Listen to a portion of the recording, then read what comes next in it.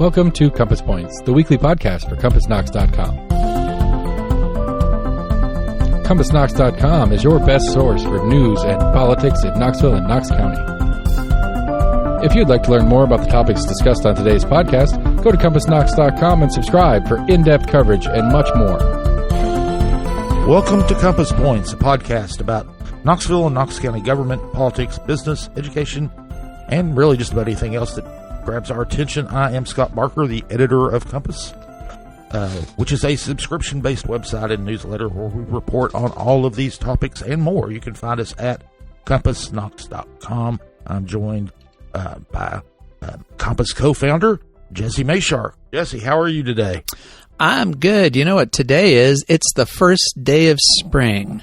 Not that we had a particularly punishing winter here, but I'm always happy to make that official turn toward the sun. There you go. And in case you're scratching your head and looking at the calendar, we are recording this on Friday, so It is the first day of spring. It doesn't come out. We're not released to the outside world until Sunday. So, but it is a nice day. I'm in we're all in short sleeve shirts here. That's nice. Now, of course, we're stealing Seth Barber's Thunder. Lord Seth is our producer, and there's not going to be any thunder, is there? Well, that's for me to say. Because he always gives us the 3-day-old forecast, and we've already given it. So, what else is on your mind, I'll Seth? just go on record. I didn't mention the weather. I talked about the season. As we know, at this time of year, the weather can be literally anything. Well, I was going to make ice to 80 degrees. We had snow the other day. That's right. I was going to make the joke of, you're correct that it has the calendar has changed to spring, but I think we're just going to leap forward to summer. Come Sunday this week, it's supposed to get in the 80s or something like that. Yeah. But for the sake of the weather already being covered, I'll just go ahead and go on the record as I have Duke to win my bracket. All right. Well, they almost got beat yesterday. Yeah, almost. That's why it's madness. Just working out the kinks, huh? Yeah.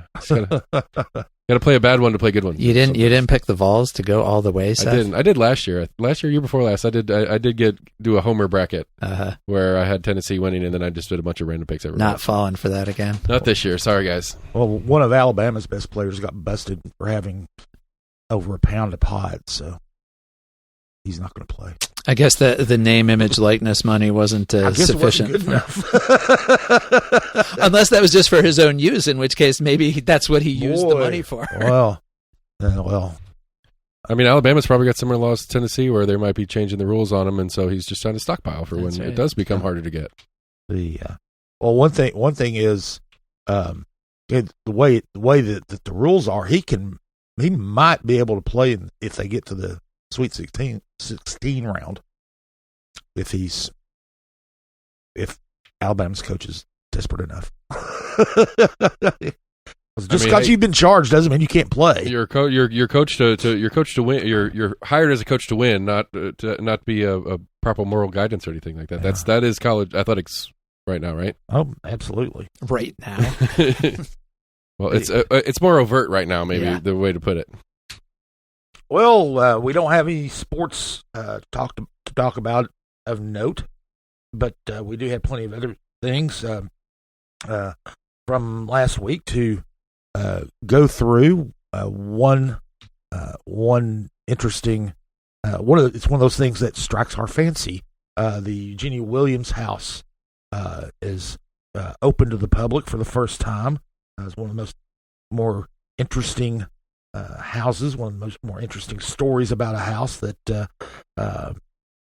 in the city of Knoxville. But the Aslan Foundation opened it up this week, soft opening. But then we have a kind of bizarre feud among local Republicans, Scott Davis and Erik Wiatr. So we'll talk about their little spat that they have going on. The Tamar Shirinian, the University of Tennessee professor who got into hot water over comments that she posted about slain conservative activist Charlie Kirk, was indeed fired from her job at the University of Tennessee, and she's still fighting it in court. The last week, City Council had a couple of things on. They passed the City Parks Master Plan after a long detour on a related but not a related topic, but not directly related to the plan itself. And then, but we're going to start out talking about a decision that they made on Care Cuts. Care Cuts is a nonprofit that provides services to people who are unhoused, and we've talked about this a couple of times. One time at length, I believe in January. But the Care Cuts has expanded to do other things over the years. They help people get identification papers, driver's licenses, or birth certificates if they need them. Things like that. They can provide a permanent address or a stable address, which you have to get any kind of checks or mail or anything. They provide showers. They do all kinds of things to help people who are unhoused. They are moving. They are currently located on William Street downtown, next to the overnight homeless shelters that are down there, and they're moving out to Clinton Highway, out in Norwood. And folks in Norwood aren't happy. Lots of them aren't, and they tried to stop this at Planning Commission, because the way the city code is written, if you provide those types of services to people who are unhoused, you have to get a special use for your property in a commercial zone, and that's where this is. It's right on Clinton Highway in the commercial area near Merchant Drive. And so they went to Planning Commission to get that special use designation, and folks from Norwood, a lot of business owners and homeowners association up there went and spoke in opposition to it. The Planning Commission not only voted against them and for Care Cuts, but a couple of the planning commissioners castigated them for being insensitive and uncompassionate about opposing that. So the groups appealed it to City Council. City Council heard the appeal on Tuesday. They kind of changed tack a little bit. They focused a lot on the technical aspects. Usually you do that at Planning Commission, and you focus on the technical aspects there, and then if it goes to City Council, you can bring in the other things. The emotional appeals. Yeah, and but they focus mostly on the technical aspects. They said, well, maybe they got the message at Planning Commission: don't come here saying mean, horrible things about homeless people, because that didn't work last time. So they decided to focus more on the technical things. Yeah, and one of the things that they focused on was that it's not pedestrian friendly area. It does have a lot of heavy vehicular traffic. That's true. But and then there are other criteria. There's like 6 criteria that you have to meet to get approved for a special use. Others, however, supporters of it, however, read it completely differently. The Planning Commission staff read it completely differently, and that thought that it passed muster. One of the interesting things here was Commissioner Charles Thomas, who represents that area, was opposed to it. He sided with his constituents, which is not real surprising, but it's a very but he took great pains to say he supported Care Cut's mission. One of the things is, Care Cuts says that one of the reasons they're out there is there are a lot of homeless people who. Yeah, there are. I mean, especially that the interchange there of I-275 and Merchant Drive for many years now has attracted a sizable unhoused population. Oh, yeah. And, I think that maybe one of the concerns people sometimes have about having homeless services near them is they're saying, oh, well, you're going to bring these people in here. But I imagine that one of the reasons Care Cuts specifically located there is because there is a big existing population there, including people who don't necessarily have an easy way to get downtown where the other homeless services are. So they're kind of bringing this out here to meet at least those people where they are. Yeah, that's exactly right. The at Planning Commission in January, one business owner said, "Well, I've already, we don't want this to attract homeless people. We've already got some. There was, I have run into people sleeping in the entryway to my business, and of course, planning commissioners pointed out that, well, this is a day center where that person can go and not be in front of your store. That was, but that's true, and it is a day facility. It's not, be very clear, it's not an overnight shelter. It is a day facility. It's a place for people who don't have a permanent home to go and spend time during the day. They help they help them get into other services. If they need recovery services, they try to help with that. They can help with transportation to recovery, places where they can get treatment or employment or things like that. So.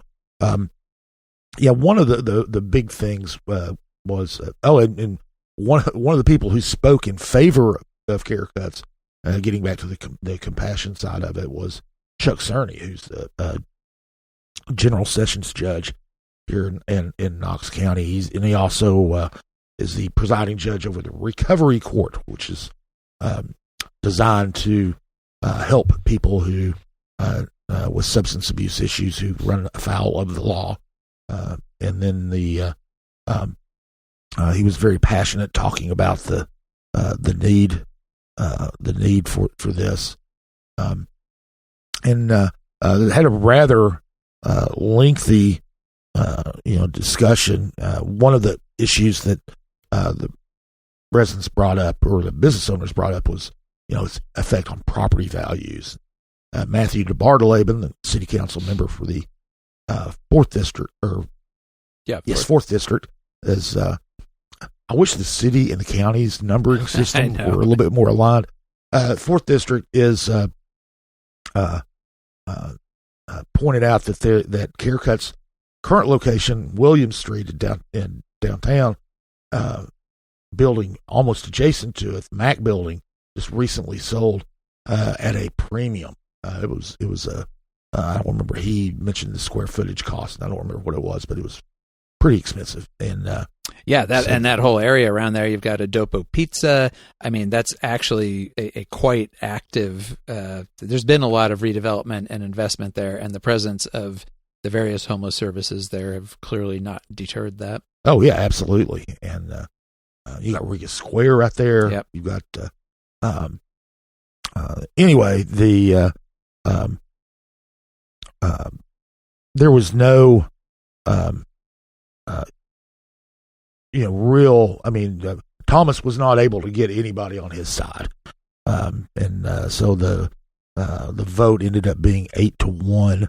One of the interesting points that was brought up, Mary Catherine Wormsley, and she's on the advisory board for Care Cuts, brought up a point that under the city code, all the services that Care Cuts wants to provide,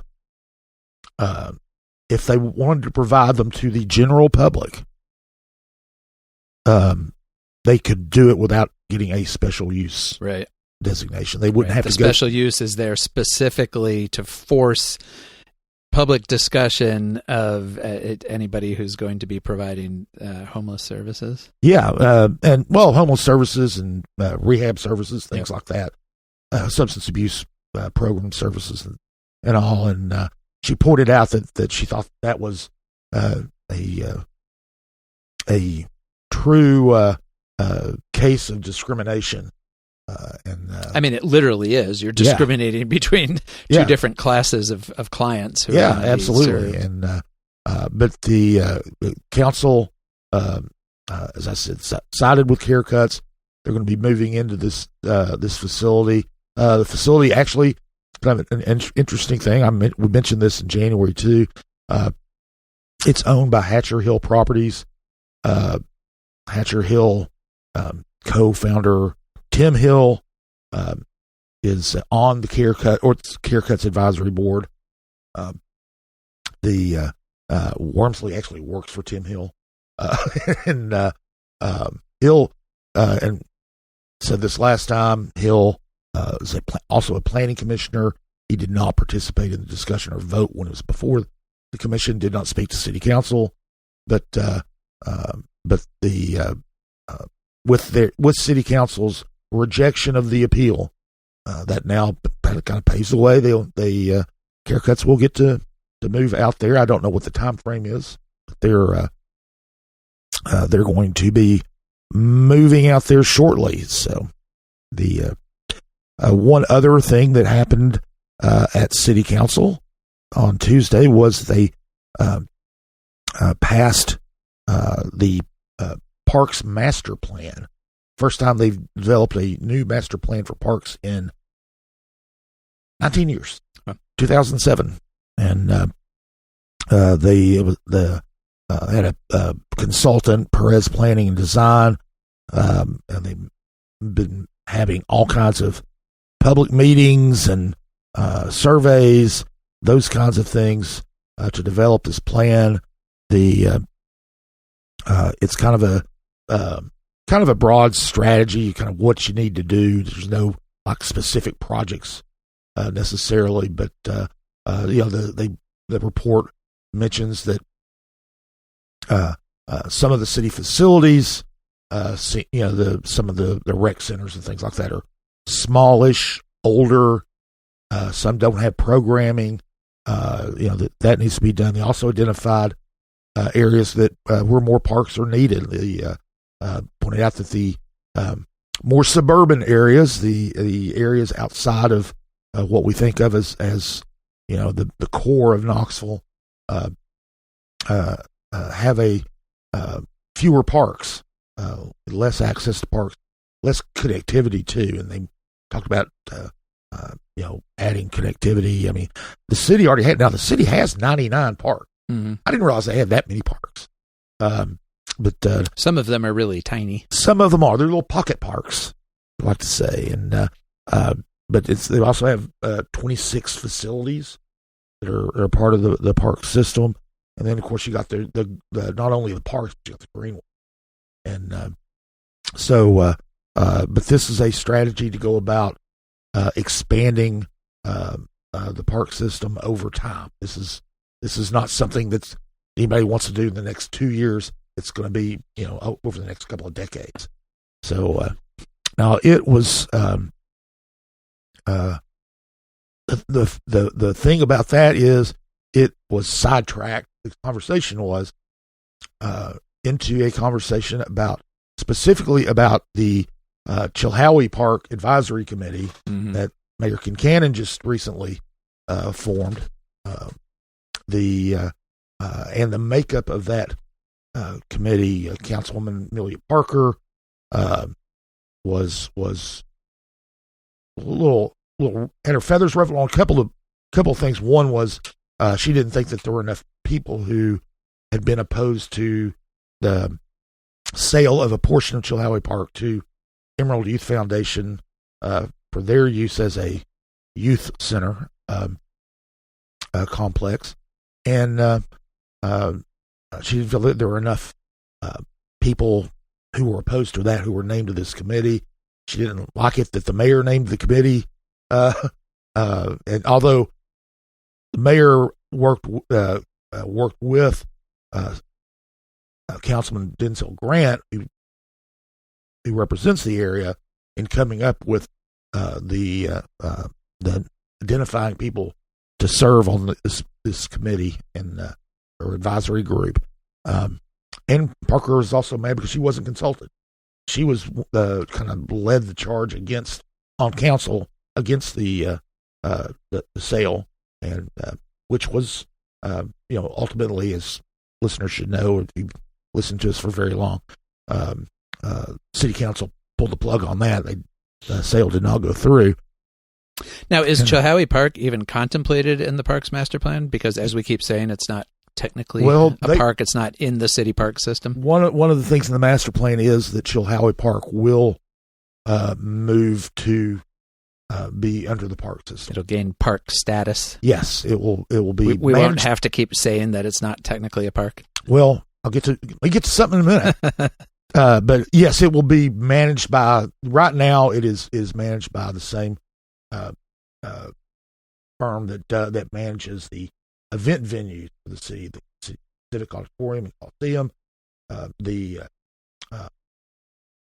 convention center, and it's managed as an event center, as an event venue. But now in the future, it will be moved under the Department of Parks and Recreation. Now, one thing is, and we haven't had a chance to get into this. In the city code, it is Chilhowie Park is specifically named as an event venue, and the city code is also very clear that an event venue is not a park. So they might have to clean up the code a little bit to make that all hunky dory. But I think that that's, and one of the things that kind of makes that possible is that as we've talked about before, the Muse is moving into the Jacob Building, which is the primary venue. On the park as a whole is managed as a venue, but that's the primary facility that is a venue that gets rented out and all. And when the Muse moves into it, there's no venue to manage, right. Or not much of a venue to manage, and this has always been when the city did its planning, long-term plan for Chilhowie Park. Was it 2019, I believe, 2018, 2019?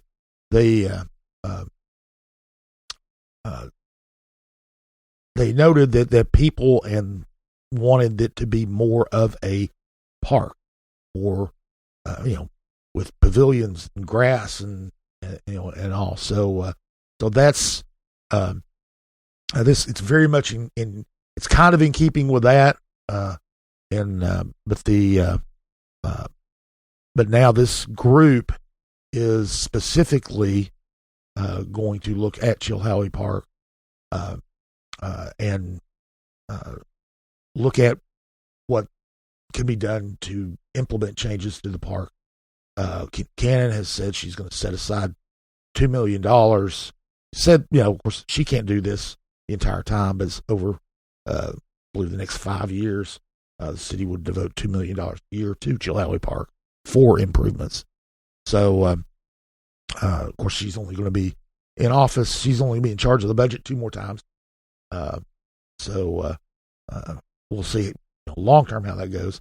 But one of the things was, even though we helped put this together, Grant thought that more voices needed to be heard. Several council members did, so now there are people who were opposed to the sale of the land to Emerald on the board, the advisory board, but there were a couple of voices that were very strong who were not added to it. One is Vivian Shipe, who's running for county commission. Right, she's running for county commission.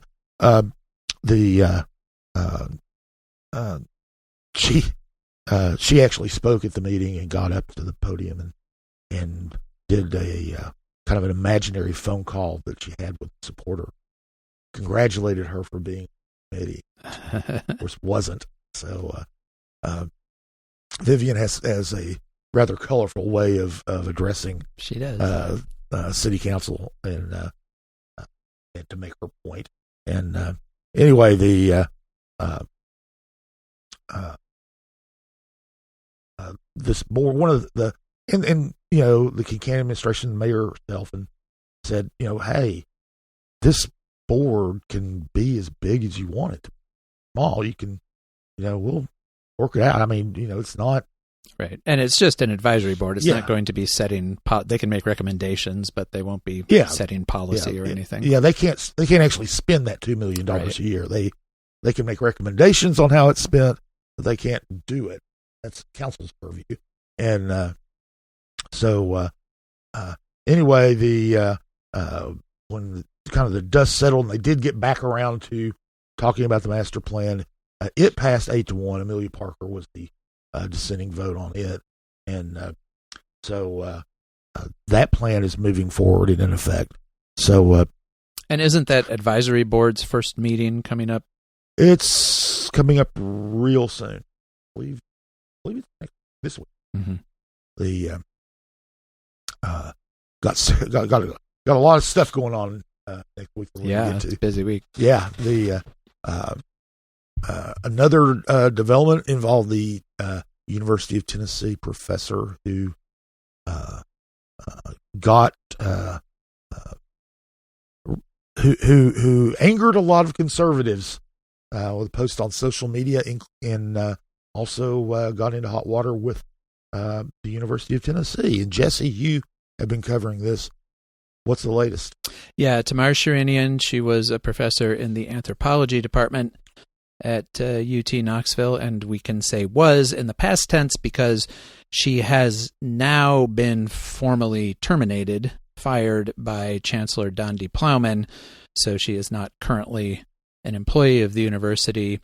That was kind of the news that came out. She was suspended last fall, and as you say, this went back to after, in the aftermath of the murder of Charlie Kirk. Of course, there was a lot of discussion of Kirk online, pro, con, and otherwise, and Shirinian made a comment in her personal capacity. She was not speaking as nobody's alleging that she was trying to present herself as a spokesperson for the university, on a friend's post where she said some harsh things about Kirk, including that the world was better off without him in it because she perceived him as a negative force.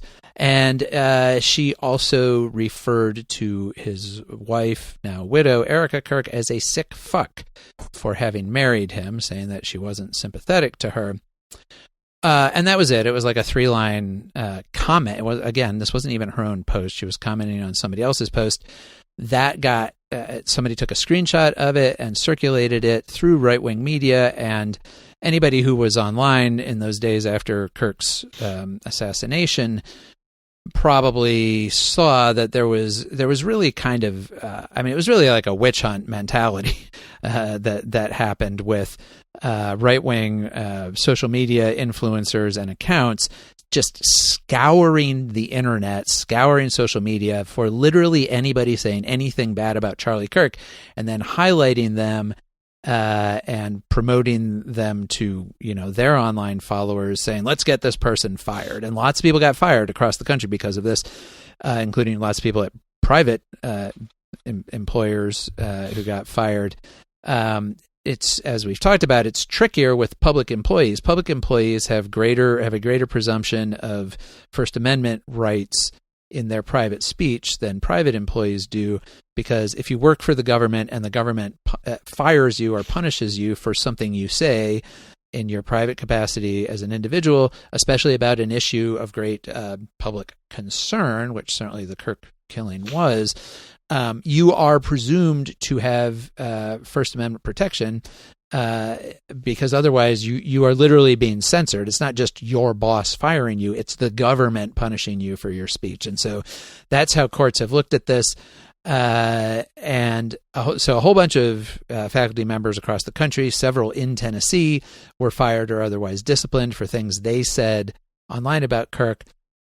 Lots of those employees here and elsewhere have subsequently filed lawsuits saying that their First Amendment rights were violated. That includes Shirinian.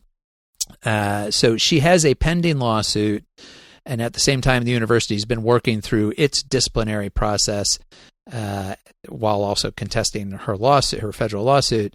And in February, Plowman, the chancellor, sent a letter to Shirinian formally telling her that, okay, that's it. I've done my due diligence. I've reviewed your case, and my determination is that we're firing you. And what Plowman is really hanging this on is on the fact that she says Shirinian cast the university in a negative light and created a disruption. And that is one of the factors that judges weigh in looking at cases where public employees are exercising their free speech. Nobody has absolute free speech rights. And so if it's determined that, yes, you're a public employee, but your speech is such that it's disruptive to the operations of wherever you work, then that can be a factor that your employers can still use to fire you. I think the question that gets raised here, because Shirinian literally posted one comment on a friend's post, and that was the end of it as far as she knew, until suddenly it blew up into this whole thing. She was not, standing outside her office on the UT campus with a sign saying Charlie Kirk was a terrible person or anything. There was no evidence that she was herself trying to draw a huge amount of attention to either her own comments or to the university. And so the disruption, to the extent that there was a disruption, came from other people taking her words and then circulating them and spinning it up into a big thing where Senator Marsha Blackburn then commented and wanted her to be fired. Congressman Tim Burchett wanted her to be fired. And so the case that UT is presenting is that is a disruption that we then had to deal with. I think the argument against that is something called the heckler's veto, which is if you start saying that other people being mad and screaming and yelling about your words creates a disruption, then you're essentially putting your own free speech at the mercy of anybody who might be offended by it, who's willing to invest the time to scream and yell at your boss about it. And it's interesting, as these various cases around the country have proceeded, there's been a range of results. There's a professor in South Dakota who was ordered reinstated by a federal judge. Austin P University here in Tennessee, they had fired a theater professor. He sued, and they decided that they didn't feel like they had a very strong case, and they actually reinstated him and also paid him a $500,000 settlement for having put him through being fired and then reinstated. There's a case in Mississippi where I think she wasn't even a professor. She was like an admin person at the University of Mississippi. She got fired. She sued. In that case, the federal judge said that this did constitute a disruption. She's appealing that. So, we don't even know how Shirinian's case is going to go. She said she is continuing it. It's entirely possible that with so many cases moving through so many different judicial circuits, we could end up with conflicting rulings on this at some point. This might be the kind of thing that eventually goes to the Supreme Court to revisit this whole issue again, which has happened multiple times over the years. And, they've defined the free speech rights of public employees in different ways at different times. So, kind of who knows what the trajectory of it is. Shirinian is also going through the university's own appeals process, because they have an appeals process too for people who have been fired. So she's doing that. I'm going to guess that, she hasn't gotten any traction with university officials so far. And so that may well continue to be the case, and it might all just kind of hinge on her lawsuit. But for now, she doesn't have a job. I don't know if she's looking for one. It may, it might be hard to get a job in higher education under the circumstances she's facing. But that is where that case sits for now, and I'm sure there will be some more legal steps before its final disposition, one way or the other. Well, we'll go from a free speech fight to political infighting. Yeah. In the local Republican Party, Scott Davis, a prominent builder of subdivisions. He is a residential developer and a Republican donor, and he sent out a mailer about the conservative political consultant Erik Wiatr. We've mentioned Erik several times before. He is works on many campaigns for Republican candidates here. And Jesse, what was that mailer like? I've seen it, but for the people who aren't on the Republican mailing list, what does it look like? What is it? And this mailer is interesting because it mentions some political candidates, but it's really targeted at Wiatr. It's which you don't see that often. Somebody sending out a mass mailer targeting not some particular candidate, but the man in the shadows. And that's exactly how it portrays him. It has an illustration of Wiatr wearing a suit and sunglasses and holding a military-style rifle. I'm not going to get myself in trouble by trying to identify that make. Seth, maybe you know what it is. And this is something he likes to do. I think that illustration comes from an actual photo of him you can find on his social media. He poses with guns a lot. He's one of those conservatives. He put a wedding photo out. Yes, he put a wedding photo out with him in his tux and his now bride in her wedding dress, and he's holding the gun. And so she is too. And she is too. That's right. And so in this illustration, he's, kind of looming in the background. And then from one hand and then also from the barrel of the rifle are dangling puppet strings. And there are 4 marionettes arrayed down in front of him who are helpfully and they're sort of like slumped over with their head hanging down the way, puppets on strings are. And they're helpfully identified in the photo as 4 candidates who he is supporting or working with in the current Republican primaries.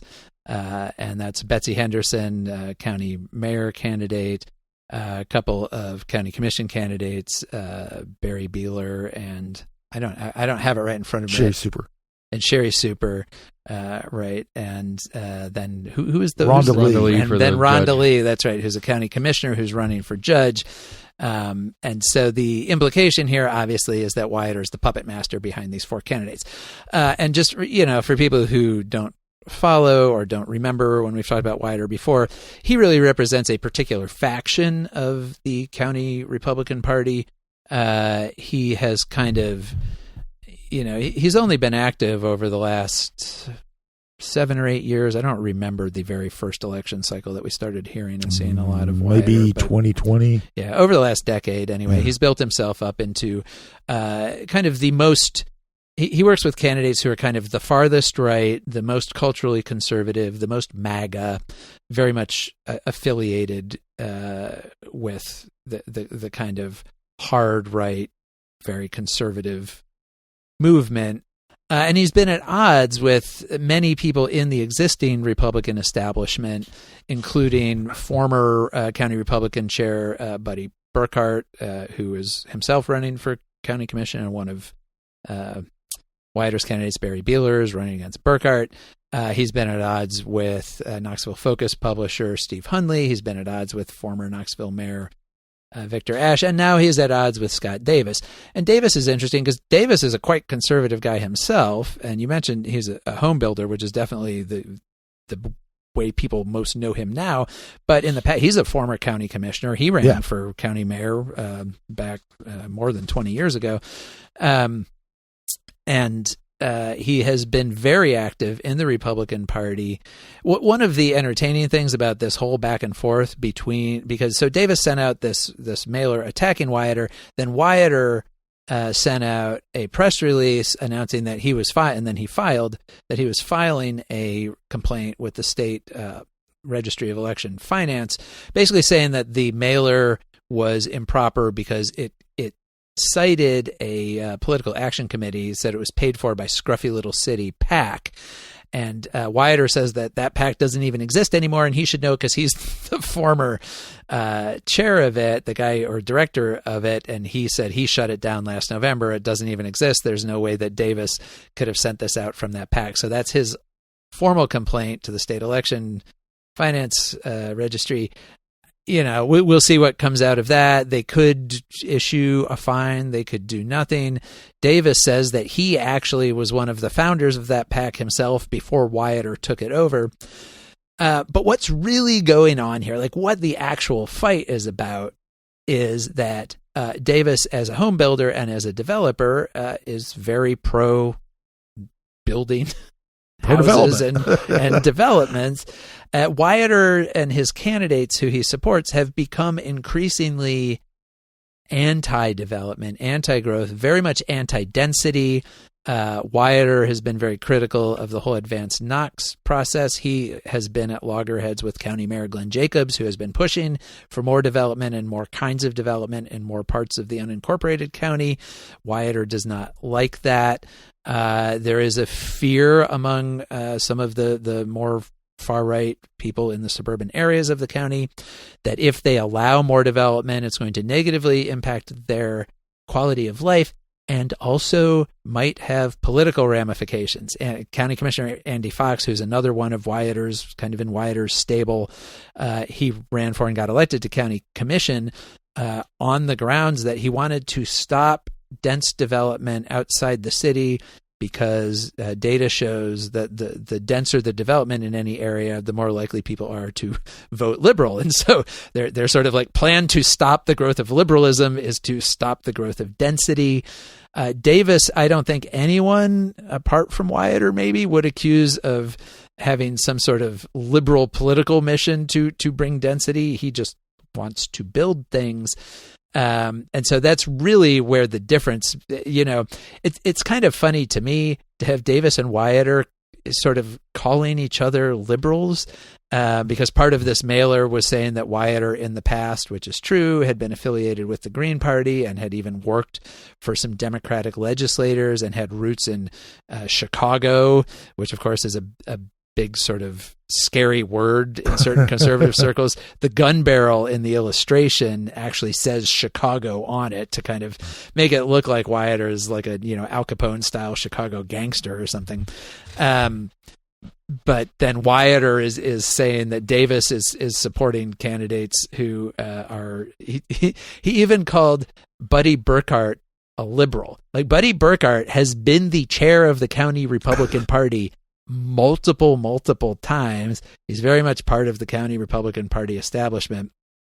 And so it's just always kind of funny when you have two people who by every other metric are like quite conservative.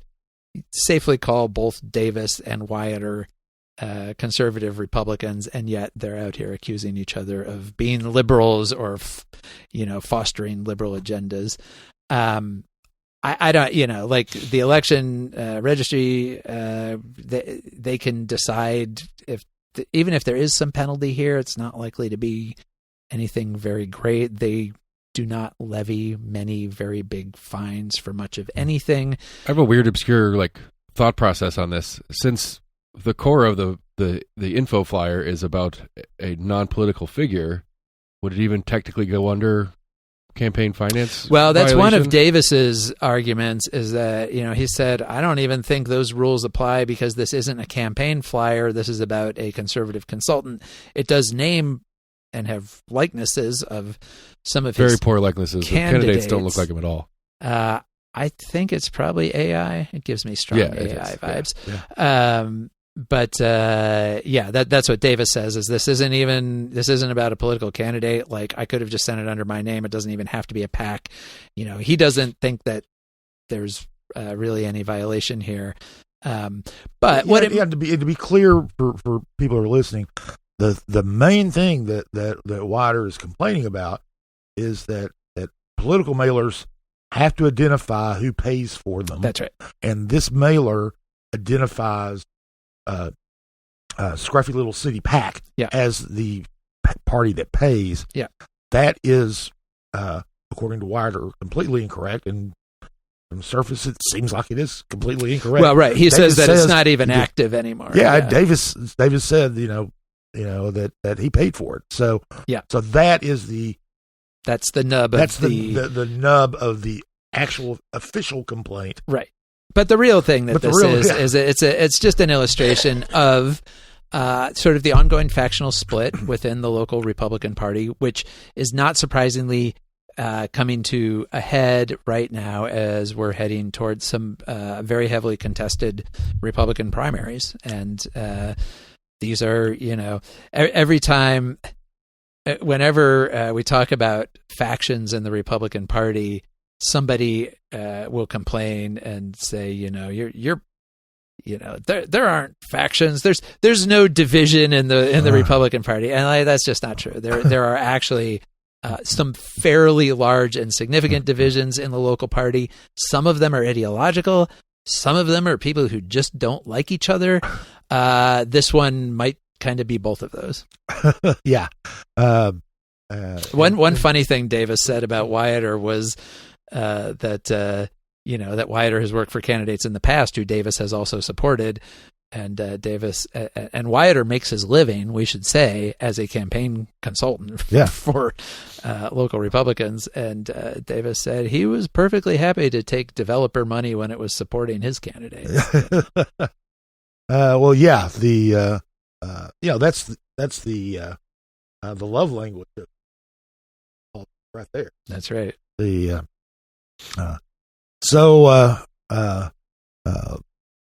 will be interesting to see if Davis continues to his fight, and if it extends into any of these races. So, well, and Wiatr does have several candidates up in competitive primaries here, and he's had a pretty strong track record in recent years.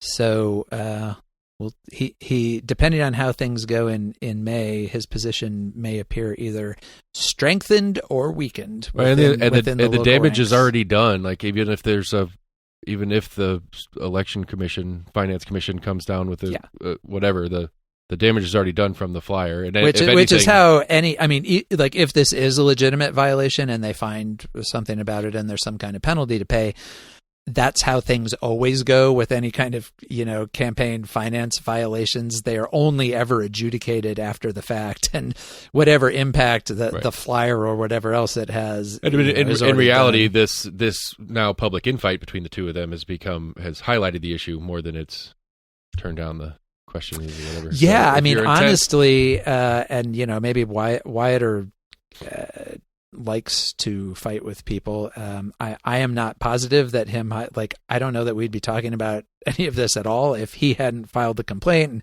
put out a whole press release about it and everything. We don't talk about every flyer that goes out during campaign season. So, and that would be all we would do. Right. Exactly.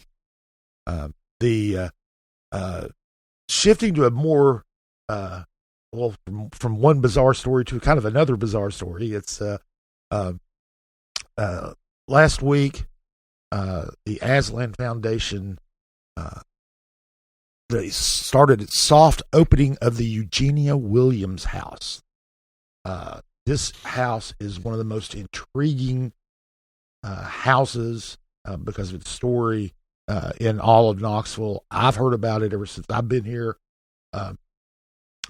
Eugenia Williams was an heiress. Her father made a ton of money with Coca-Cola bottling, and she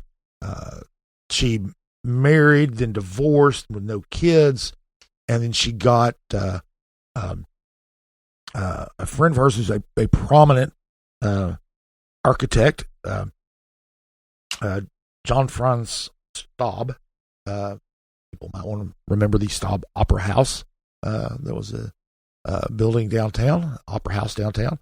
Anyway, he's an architect, real prominent in the Houston area. Got him to build her this mansion in 1941. And hit it with a wall, a big, huge wall. This is on Lionsview Pike, just before if you're going west, just before you get to Cherokee Country Club, and that wall has kind of intrigued people and tantalized generations. What's going on back there? And it doesn't help. I mean, it should say it doesn't help, but it's fueled in part also by the house. The grounds sweep down from Lionsview Pike toward the river, and the house is about a quarter of a mile from the road itself. So it's kind of down. You can't see it from the road. She was, of course, very wealthy, very private. She was a lot of people now talk about her being a recluse, but she wasn't really a recluse. I think friend Jack Neely's written about, she would go to the hairdresser in Western Plaza. She went to the local It's not like nobody store. ever saw her. And she even went to the corner lounge. That was one of her favorite places to go, apparently. But she was very private, and she did a lot. She traveled a lot. She traveled to Chicago and New York frequently. She even had a personal shopper in New York. Remember, this is an upper crust woman. So anyway, when her father willed her the property, he said that she could not sell it. She had to, and I don't know if that was put in a deed restriction or something, but she had to bequeath it to someone. She could not sell it. She had no heirs, so she bequeathed it. It put in her will that it would go to UT when she died. About 1983, she was 83 years old. She was born in 1900, and she went into failing health, went into a nursing home. So the house was empty from 1983 on. And she died in 1999. The property was transferred to UT. Part of her will was stipulated that UT had to use it to benefit the mission of the university. So for years, they interpreted that as to say, we can't sell it. We got to use it. And then they had, plans to make it the president's residence. Yeah. They had, and then I think that got shot down because it seemed a little. It's a huge house. It seemed a little too grand for a public university president. Maybe. Also, it's not that close to campus. Yeah, it's about 10. It's over 10,600 square feet. Yeah, it's a big house, and plus it would cost, as the Aslan Foundation has found out, a fortune to renovate. They also talked about using it as an event center, all these things. Well, at some point, they said, well, you know what? It would benefit the university, which would satisfy the conditions of the gift, if we sold it and used the money for scholarships. So, who would sue to contest it? She had no heirs. Right. So there was nobody who was damaged, quote unquote, by that. Right. They had to go to the state building commission to get permission to sell it. Yeah. But, so they did to the Aslan Foundation for $4 million or some change. And so for the past 6 years, the foundation has been, restoring, this, painstakingly restoring this. Not only the house, but the grounds. It's on 24 acres. The grounds as well. They, on Thursday, they began what they're calling a soft opening, when people can go on the grounds, and wander them and explore them. And then they could also pay for a tour of the interior of the house. But, I and several other members of the media did not have to pay for that tour because we got one on Wednesday. They invited the media there. The architect, the landscape architect were there, and talked about the renovations in the grounds. And and it is absolutely. And I've always wanted to see it. And of course, the only people who've seen it for the most part have been vandals over the years. In fact, I talked to one mutual friend of ours who I won't name, who said that he was a frequent vandal at the at the house. Since you guys are just listening, I just want to point out that Jesse nodded very understandingly if he knows exactly who he's talking about. He might. Well, and it's also worth noting that you can actually get to that property not just from the front over that wall, but it backs up into part of Sequoia Hills, actually, and there are access points kind of over to that side, and my guess is that's probably where a lot of vandals came from. I think there were multiple generations of Sequoia Hills teenagers, among others, who were on that. I'm sure frequently. I'm sure there were. The anyway, the house is absolutely stunning. It is it's got a lot of really neat features in it. It's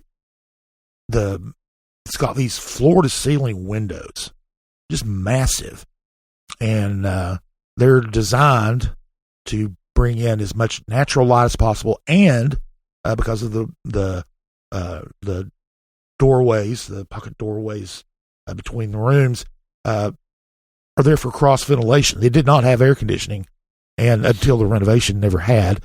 But these massive windows, and the house is very, it's very wide. When you look at it, it's real wide, but it's not very deep. Right. There's only two rooms deep, so that cross ventilation and the natural light are really stand out.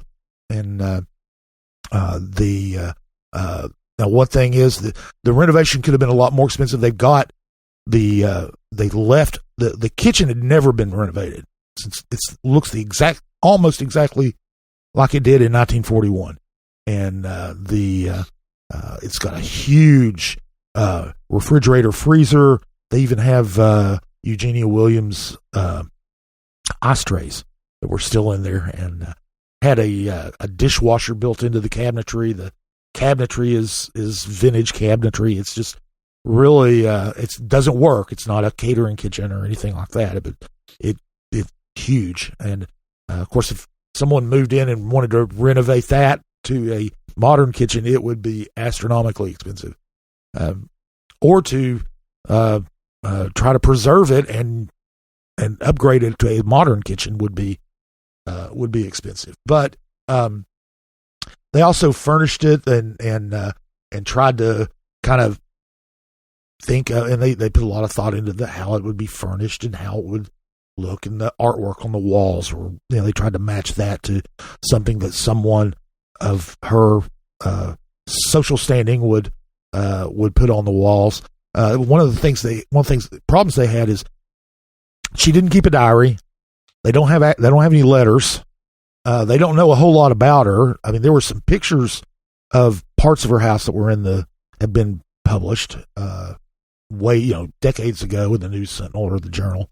There was one thing. She had a huge closet. One of the things that was interesting is the drawers in the closet. They've been one huge rack for shoes, but she had they found in those drawers notes that this drawer, one drawer was for her summer belts and one drawer was for her winter belts. And it was, she had arranged her belts by season.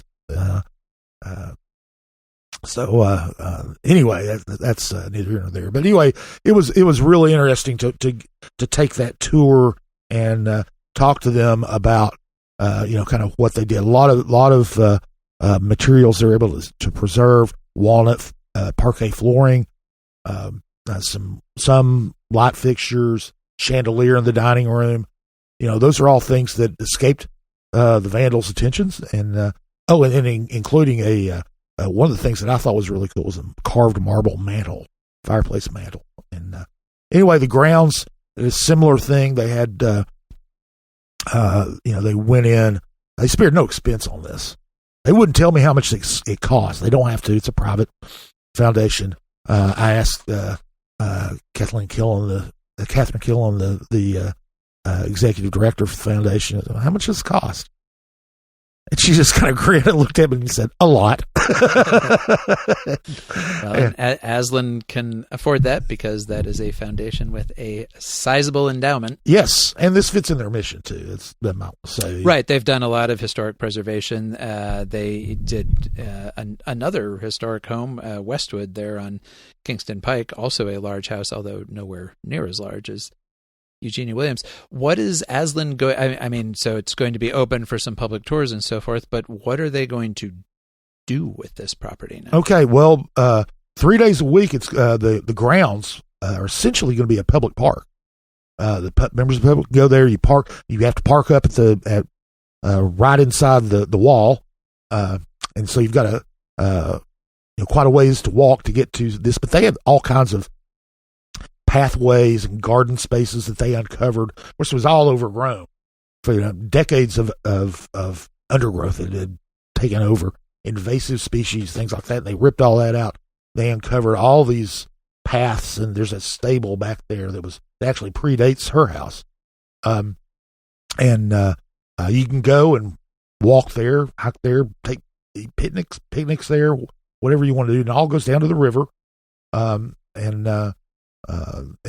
you can do that during 10 to 5 on Wednesday, Thursday, and Friday. Then the house, couple things. You can go on, you can tour it. They're going to have tours of the house. You have to schedule those, very small numbers. They're also going to use it as a venue, small weddings, and they said that the events that they were going to schedule have to be in scale with the house. Basically, I think they said the maximum number that they would take in would be 150. Mm-hmm. So, and like you said, it doesn't have a full kitchen, so people would have to cater for. Yes. Someone would have to cater at any events, but corporate retreats. They are going to have some cultural events there on Wednesdays, for the most part. But they're partnering with Knoxville Museum of Art to have, kind of pop-up gallery space there. The Knoxville Opera have intimate performances there. Big Ears is one of their partners there. Our friend Jack Neely of Knoxville History Project has agreed to give a talk once a month on these Wednesdays at about Knoxville history. So it's it's going to be these small intimate events, and is what they're seeing. I can see lots of weddings going on there. Mm-hmm. Now, I mean, if you wanted to do, I don't know if there would be a limit to the size of a wedding party if they did it outside. There's a lot of space, sure. And although they don't want there to be much of an impact on the grounds either. So it's one of the things that they like to say. I heard it a couple of times. This is where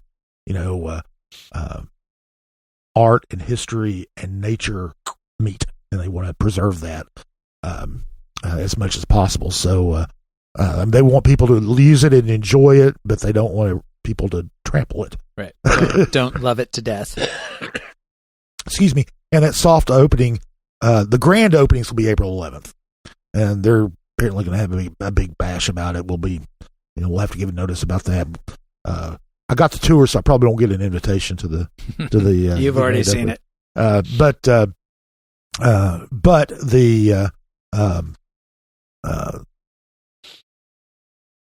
other than that, the soft opening are on Thursdays, Fridays, and Saturdays. Of course, we just had the first weekend of it, so this coming Thursday, Friday, and Saturday from 10 to 5, you can go to do what I mentioned earlier. You can go just go and show up and do the tour of the grounds.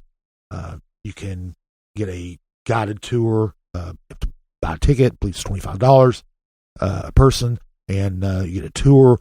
Our friend Lars Still, who does Knoxville tours, does a lot downtown. Does ghost tours of things. She's got a really great gig, and she is going to be the one who would be leading those tours. So that's it's just one of those things that, as the years passed, and it almost became she was almost a legendary figure, and this house is a legendary house and part of Knoxville lore. And now, and for so many years, there was just this question about, well, what's going to actually happen to it? Yeah. And then the whole time UT owned it, it increasingly seemed like they didn't really have a good plan for it. And, for historic preservationists, of course, because this is very attractive riverfront property. It's gorgeous. The great concern from the preservationist standpoint was that somehow the house might fall into significant enough disrepair that it would be demolished, and then the land could be redeveloped, and it would be worth a lot more than what Aslan paid for it, with taking on the house as well. I mean, they got it was a bargain. Yeah, it was a bargain, but it was a bargain that came with a 10,000 square foot mansion in need of renovation, and 24 acres of grounds that needed to be renovated as well, essentially. So it was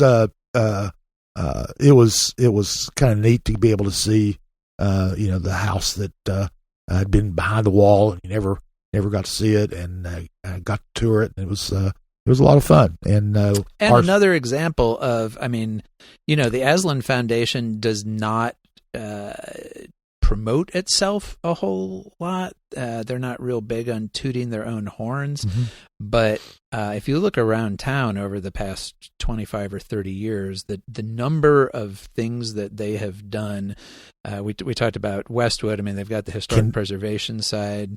Yeah, Candor Marble. Candor Marble factory there, or the showcase building there in Vestal, the Log Haven, what is now Log Haven sort of artists retreat, but they preserved all of those buildings up at Log Haven, the Botanical Garden in East Knoxville, they restored that, which now operates as its own nonprofit. And a lot of the urban wilderness areas, the new developments there at Fort Dickerson Park, they paid for the design on a lot of that.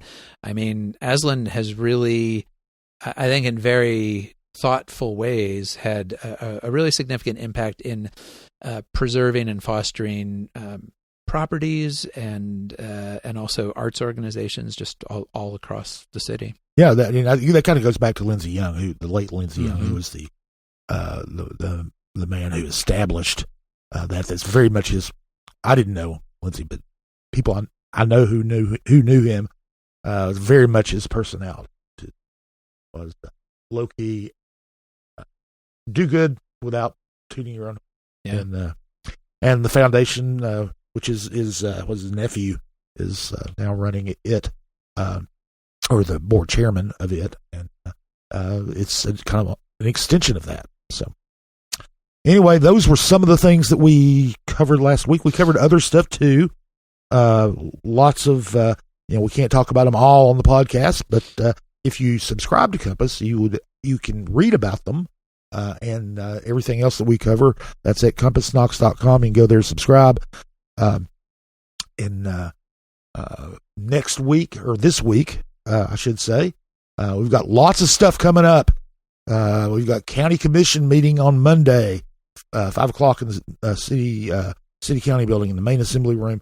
The big thing there is Commissioner Larson J., who is also running for mayor, is trying to get his colleagues to repeal.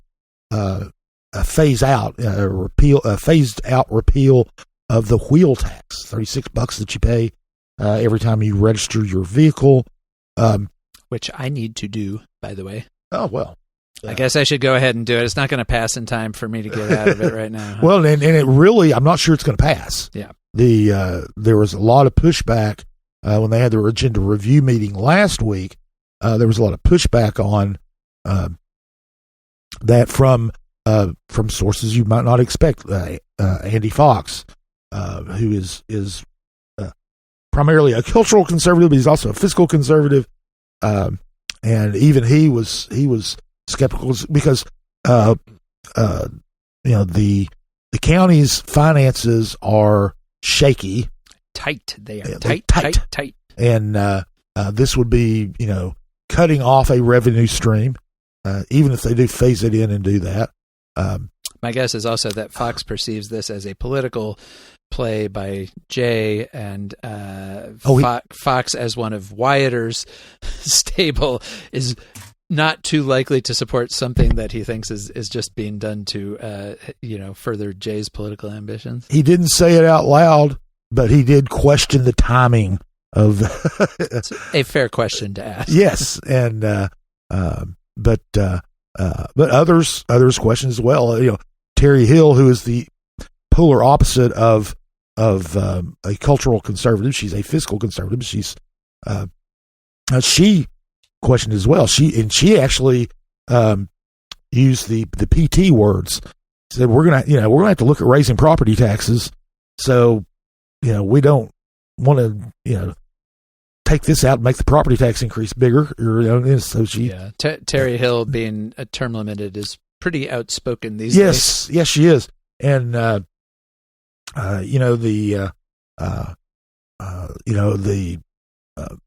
of the three mayoral candidates, Betsy Anderson said no, we're not going to never going to raise property taxes.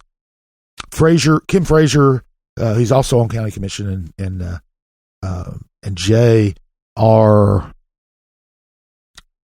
They'll say that they don't think they'll need to raise taxes, but they're not saying never. So they know that they I think they are very cognizant of the county's financial shape, especially with its debt and the ballooning debt payments that they're having to make. Anyway, but that is the main thing that's going to be on the main point of interest on commission's agenda.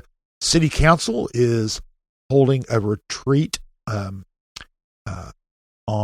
actually that's Wednesday at their annual day-long retreat, 8:30 to 3:30 on Wednesday at a strange location for them. It's at the KUB Larry Fleming Operations Center, which is on Jackson Avenue, just east of Covenant Hill Park.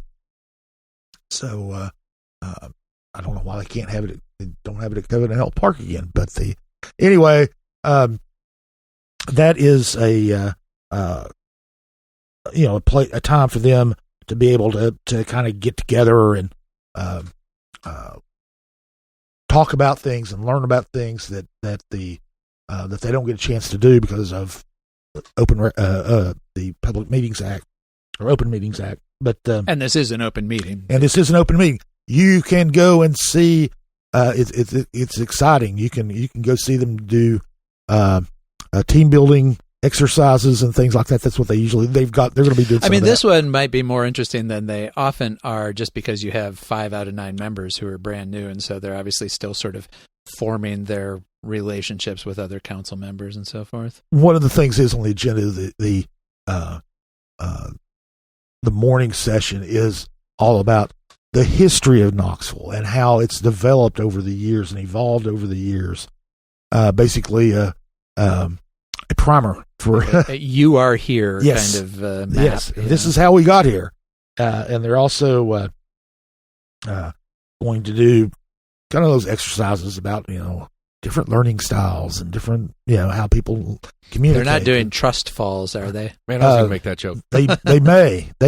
It's within the realm of possibilities. blindfold your partner and walk them through a maze, those kind of things. Yeah, that kind of thing.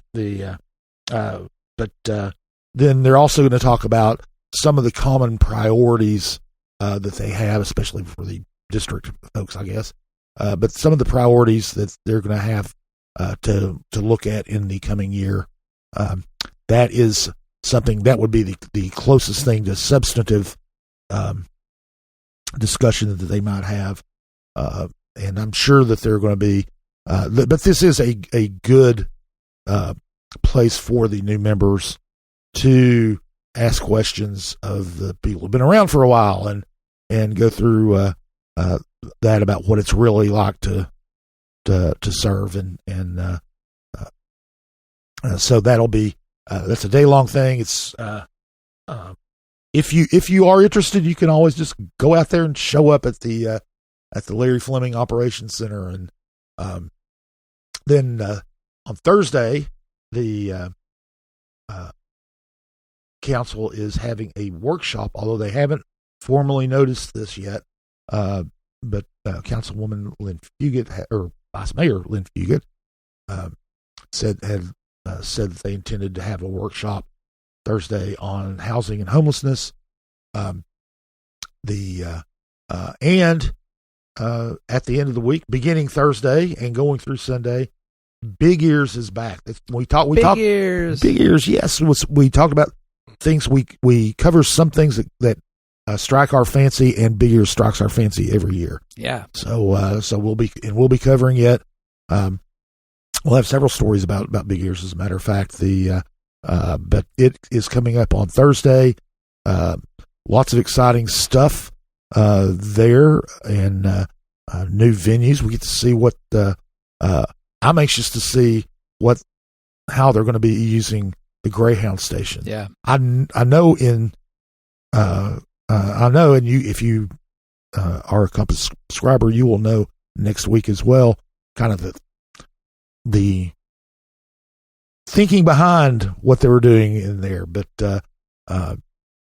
it's a new venue this year. This is one of the things about it is Big Ears is I think there are 20 venues, maybe 22 this year, and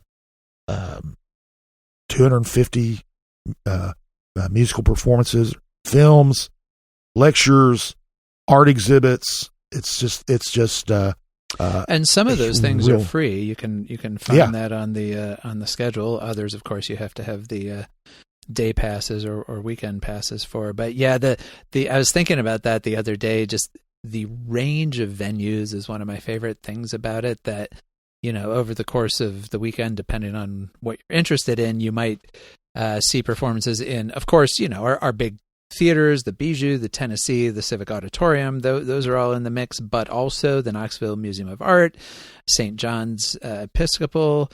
I think First Presbyterian this year is two venues in First Presbyterian. Two venues in First Presbyterian.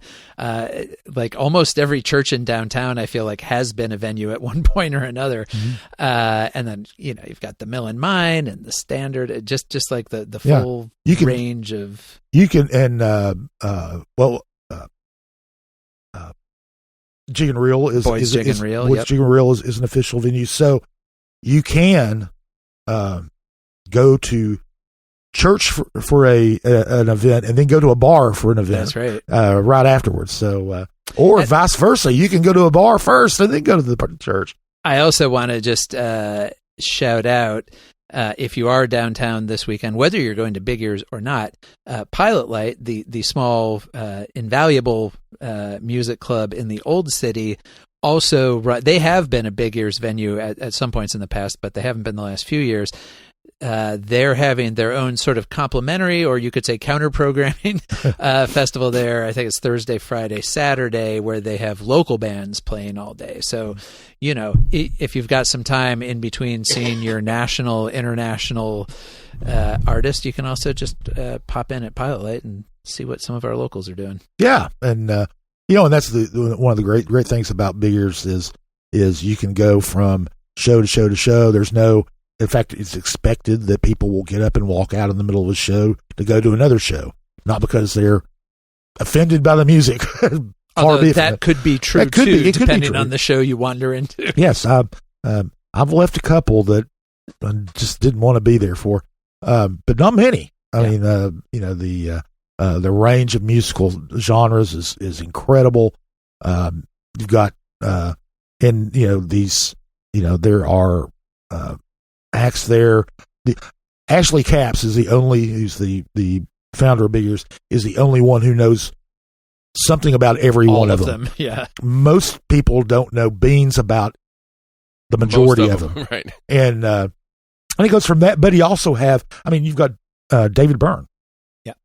Robert Plant. Mr. Led Zeppelin. And Laurie Anderson's back and all. And so it's, and now those shows are separately ticketed. Yeah. So that's. And sold out as well. And If you sold don't out. have a ticket to those, good luck. But anyway, Big Ears is coming up Thursday, Friday, Saturday, and Sunday.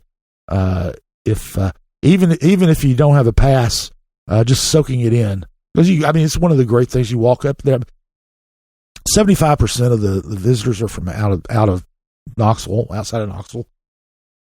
They come from countries from all over the world, 24, 25 different countries. You can, it's one of the few times you can walk down Gay Street and hear someone speaking Japanese and then someone speaking German, things like that. It's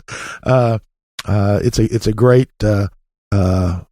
it's a great experience for a lot of people. As you can tell, we kind of like it. And yeah, I was going to mention they didn't pay. They don't sponsor this podcast or anything like that. This is not a sponsored podcast. They do by not. Big Ears. No. They It's big do not. for downtown businesses too. Oh, absolutely. And one of the things they do that's kind of interesting, a lot of people might not know, is they don't cater these shows for the performers and the roadies and everybody else. There's no catering. What they do is they give them vouchers to that Big Ears has paid for, to go to downtown restaurants and to eat downtown. And so that way is a way to, and we're talking, a couple thousand people there. I mean, it's not, it's not an insignificant number of people. I mean, when you've got, 250 musical performances, almost as many actual acts, but some of those acts have, 5, 10, 15 members, and plus you've got the crews, and they, going out and eating in Knoxville restaurants, and of course they're also staying in Knoxville hotels. They're taking Ubers driven by Knoxville residents. It is a big Uber weekend and, for sure.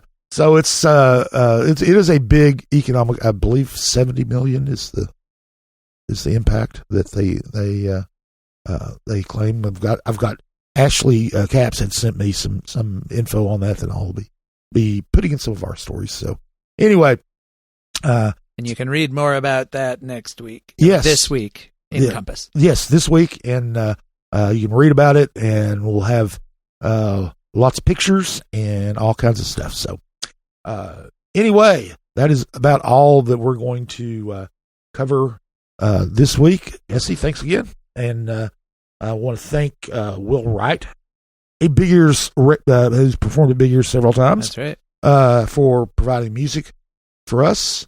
And thank Lord Seth Barber for his work. He was a little quieter today. Seth, you've been a little under the weather this week. I mean, you guys are beating me to all my own punchline, so I just gotta let it go. Well, all right. Well, anyway, that's everything for this week. We'll be back next week with another installment of Compass Points. CompassKnox.com is your best source for news and politics in Knoxville and Knox County. If you'd like to learn more about the topics discussed on today's podcast, go to CompassKnox.com and subscribe for in-depth coverage and much more.